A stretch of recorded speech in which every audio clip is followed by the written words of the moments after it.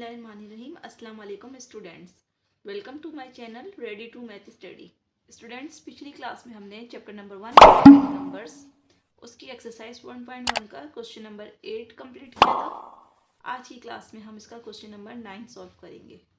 तो question number 9 जो है वो मैंने कॉपी कर लिया है।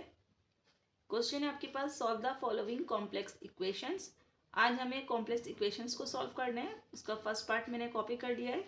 फर्स्ट पार्ट है x, y एक ऑर्डर पेयर है और 2, 3 दूसरा ऑर्डर पेयर है। दोनों ऑर्डर पेयर आपस में मल्टीप्लाई हो रहे हैं और वो इज इक्वल टू है किसके, -4, 7 एक और ऑर्डर पेयर है उसके इक्वल है।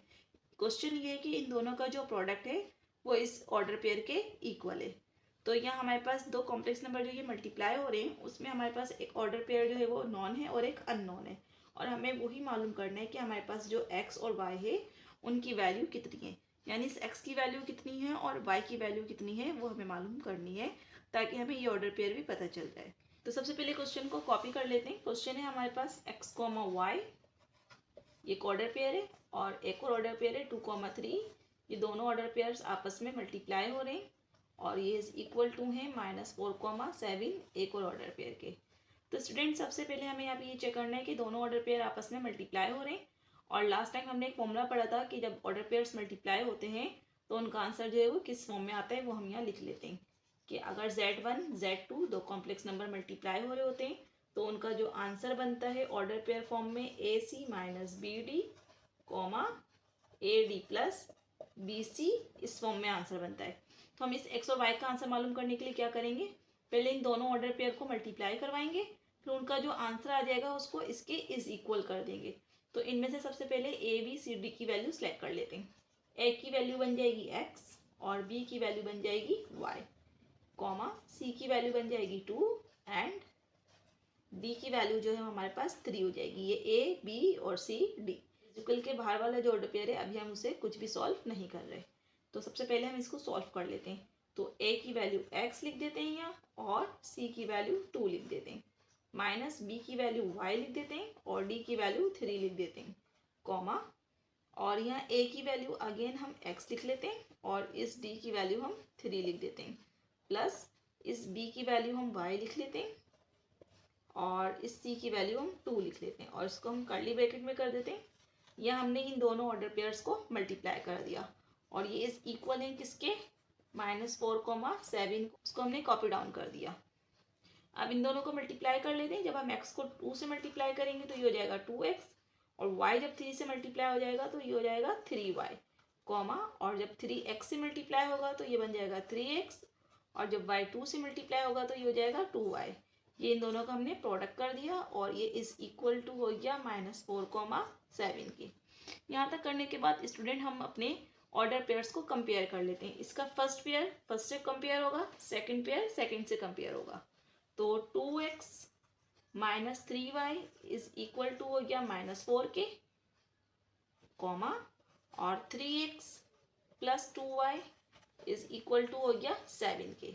तो ये बन गई इक्वेशंस। इसको हम नाम दे देते हैं इक्वेशन नंबर 1 का और इसको हम कर देते हैं इक्वेशन नंबर 2। यहाँ तक करने के बाद अब हम इन x और y को सॉल्व करने के लिए हम या तो x को एलिमिनेट कर लेते हैं या y को। यहाँ हम एलिमिनेशन वाला मेथड यूज करेंगे। तो y को एलिमिनेट करने के लिए इसके पास 2 है और इसके पास 3 है। अगर मैं इस इक्वेशन को 2 से मल्टीप्लाई कर दूं तो ये 2 2 4 और 2 3 6 और 2 4 8, तो ये 6y बन जाएगा। और अगर इस इक्वेशन को मैं 3 से मल्टीप्लाई कर दूं तो 3 3 9, 3 2 6 और 3 7 21 हो जाएगा। तो ये भी 6y बन जाएगा और ये भी 6y बन जाएगा। फिर हम उनको एलिमिनेट कर लेंगे। तो आगे हम इसको एलिमिनेट कर लेते हैं। तो इस इक्वेशन 1 को हम 2 से मल्टीप्लाई कर लेते हैं और इस इक्वेशन 2 को हम 3 से मल्टीप्लाई कर लेते हैं। तो यहाँ हम लिख देते हैं कि हम इक्वेशन नंबर 1 को मल्टीप्लाई करवाएंगे 2 से, इक्वेशन 1 मल्टीप्लाई बाय 2 एंड, और इक्वेशन 2 को हम 3 से मल्टीप्लाई करेंगे और इस इक्वेशन को जब हम 2 से मल्टीप्लाई करेंगे तो ये हो जाएगा 2 और ये इक्वेशन हम पूरी कॉपी कर देते हैं। यहाँ हम लिख देते हैं ये 2x और ये -3y और इज इक्वल -4 और ये बन गई इक्वेशन नंबर 1, कॉमा, अगेन इस इक्वेशन को हम 3 से मल्टीप्लाई कर रहे हैं तो यहाँ हम 3 लिख लेते हैं और ब्रैकेट में ये इक्वेशन कॉपी कर देते हैं। 3x प्लस 2y और इज इक्वल टू 7। और ये थी हमारी इक्वेशन नंबर 2। अगेन जब हम इस 2 को 2x से मल्टीप्लाई करेंगे तो ये बन जाएगा 4x। 2 को जब हम 3y से मल्टीप्लाई करेंगे तो ये बन जाएगा 2 3 ज़ा 6y इज इक्वल, और जब 2 - 4 से मल्टीप्लाई होगा तो 2 4 ज़ा -8। और इसको हम कर देंगे इक्वेशन नंबर 3। अगेन कॉमा 3 को जब हम इससे मल्टीप्लाई करेंगे तो ये बन जाएगा 3 3 ज़ा 9x, और प्लस 3 को जब हम 2y से करेंगे तो ये बन जाएगा 6y, और इज इक्वल टू 3 7 ज़ा 21, और ये बन जाएगी इक्वेशन नंबर 4। अगेन यहाँ तक करने के बाद अब हमारे पास इक्वेशन 3 और 4 में सेम जो है हमारे पास वेरिएबल मौजूद है 6y, और ये भी 6y, एक बार माइनस में और एक बार प्लस में। तो हम इन इक्वेशंस को ऐड कर देते हैं।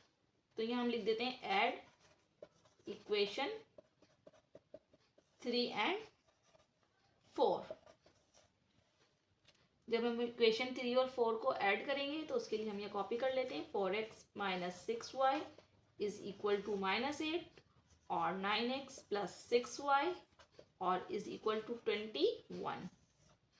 अगेन यहाँ पर जब हम इन्हें सॉल्व करेंगे तो ये भी प्लस है और ये भी प्लस है। 9 और 4x मिलकर हमें बना देगा 30x, और -6y और plus 6y plus minus minus ये हो जाएगा एलिमिनेट, कैंसिल, और इज इक्वल -8 और प्लस 21 को जब हम सॉल्व करेंगे तो प्लस माइनस माइनस तो 13 आंसर आएगा। तो यहाँ हमारे पास 13x इज इक्वल टू आ गया किसके, 13 के। अगेन इस x को मालूम करने के लिए ये 13 मल्टीप्लाई हो रहा है तो इसे डिवाइड कर देते हैं। x इज इक्वल 13/13, तो 13 1 ज़ा 13, 1 ज़ा 13, तो x की वैल्यू जो है वो हमारे पास 1 आ गई। ये हमारे पास x की वैल्यू आ गई। अब हम y की वैल्यू मालूम करने के लिए इस x की वैल्यू को किसी भी इक्वेशन में 1 में या 2 में पुट कर देते हैं। तो इसके लिए हम यहाँ लिख देते हैं put x is equal 1 in equation 1। Equation 1 में पुट कर देते हैं। तो इक्वेशन 1 कॉपी कर लेते हैं। 2x - 3y इज इक्वल -4, ये थी हमारी इक्वेशन 1। यहाँ हम 2 और यहाँ x की जगह 1 पुट कर देते हैं, और -3y और इज इक्वल टू -4, 2 1 ज़ा 2, -3y और इज इक्वल टू -4। अब -3y इज इक्वल टू -4, ये +2 है, इक्वल के दूसरे साइड मूव होकर हो जाएगा -2, तो -3y इज इक्वल, और ये हो जाएगा माइनस माइनस प्लस, तो ये हो जाएगा -6। अगेन माइनस से माइनस हो जाएगा कैंसिल, और 3y is equal to 6। Again 3 जो है वो y से मल्टीप्लाई हो रहा है तो डिवाइड हो जाएगा इज इक्वल के दूसरे साइड मूव करके, तो y बन जाएगा 6/3, तो 3 1 ज़ा 3, 3 2 ज़ा 6, तो y की वैल्यू हमारे पास आ गई 2। तो हमारा ऑर्डर पेयर x, y जो होता है वो इज इक्वल हो गया 1, 2 के, और ये हो गया इसका आंसर। अब स्टार्ट करते हैं क्वेश्चन नंबर 9 का पार्ट 2, जो मैंने कॉपी कर लिया है। क्वेश्चन है हमारे पास x प्लस 3 आयोटा का होल स्क्वायर और इज इक्वल 2y आयोटा। तो स्टूडेंट सबसे पहले यहाँ ये बात ध्यान से समझ लीजिए कि अक्सर बुक्स के अंदर हमारे पास ये जो क्वेश्चन है वो गलत प्रिंट हुआ है, वहाँ उस पर होल स्क्वायर नहीं लगा हुआ। अगर नहीं लगा हुआ तो आप लोग लगा लीजिए। तो सबसे पहले x प्लस 3 आयोटा का होल स्क्वायर, इसको हम फॉर्मूले से ओपन कर लेते हैं। और यहाँ हमारे पास 2y आयोटा है स्टूडेंट, ये हमारे पास इमेजिनरी पार्ट है, यहाँ हमारे पास कोई रियल पार्ट नहीं है। तो यहाँ हम रियल पार्ट जो है वो 0 शो कर लेते हैं, ताकि जब हम क्वेश्चन सॉल्व करें तो हमें ईजी रहे। तो यहाँ मैं इसका फॉर्मूला खोल लेती हूँ, a plus b whole square. पहले हम फॉर्मूला शो कर देते हैं, वो इज इक्वल टू होता है a square plus 2ab plus b square के। तो a की वैल्यू x और b की वैल्यू 3 आयोटा, तो यहाँ हम a square plus 2ab plus b square की वैल्यू पुट कर देते हैं। a की वैल्यू x और b की वैल्यू 3 आयोटा, और यहाँ पे 3 आयोटा, और is equal 0 plus 2y iota. ये जो 2y आयोटा था स्टूडेंट, यहाँ इसका सिर्फ इमेजिनरी पार्ट था, रियल पार्ट नहीं था, जो मैंने 0 शो कर दिया है। अब यहाँ हम कर देते हैं x स्क्वायर प्लस 2 3 ज़ा 6, और ये हो जाएगा 6x आयोटा, और ये बन जाएगा 3 3 ज़ा 9, और ये हो जाएगा आयोटा स्क्वायर, और is equal 0 plus 2y iota. Again x square plus 6x iota और प्लस 9, इस आयोटा स्क्वायर की जगह -1 पुट कर देते हैं, और इज इक्वल 2y आयोटा को कॉपी कर देते हैं। Again x square plus 6x iota plus minus minus 9 1 ज़ा 9, और is equal 0 plus 2y iota को कॉपी कर लेते हैं। यहाँ तक करने के बाद इसमें से हम इसके रियल और इमेजिनरी पार्ट्स को अलग अलग कर लेते हैं। इसके रियल पार्ट x स्क्वायर और -9 है, क्योंकि इनके पास आयोटा नहीं है, और 6x आयोटा जो है इसका इमेजिनरी पार्ट है। तो x square -9 plus 6x iota और is equal 0 plus 2y iota. यहाँ तक करने के बाद स्टूडेंट हम इसको करते हैं कंपेयर। ये रियल पार्ट है, ये रियल पार्ट से कंपेयर होगा और ये इमेजिनरी पार्ट इस इमेजिनरी पार्ट से कंपेयर होगा। तो इसके लिए हम लिख लेते हैं कंपेयरिंग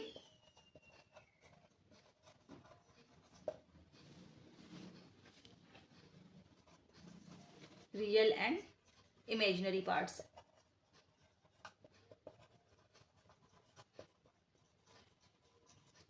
तो जब हम कंपेयर करेंगे तो x square minus 9 is equal 0, वो 0 से कंपेयर होगा और कॉमा और 6x कंपेयर होगा हमारे पास 2y से।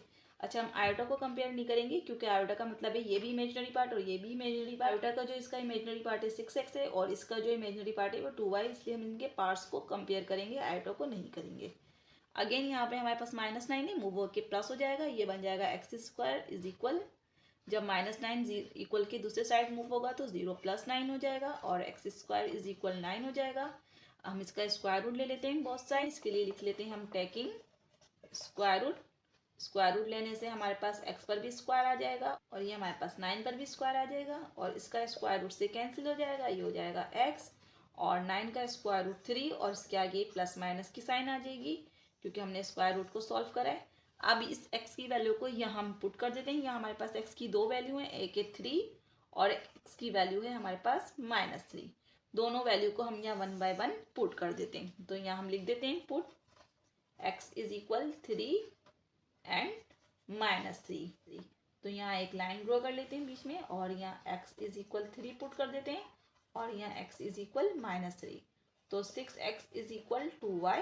तो 6x की जगह हम 3 पुट करते हैं और इज इक्वल 2y। तो 6 3 इज 18 इज इक्वल 2y और 2 जो है y से मल्टीप्लाई हो रहा है तो मूव होकर डिवाइड हो जाएगा। तो 18/2 इज इक्वल y, 2 1 2, 2 9 18 और 9 इज इक्वल y।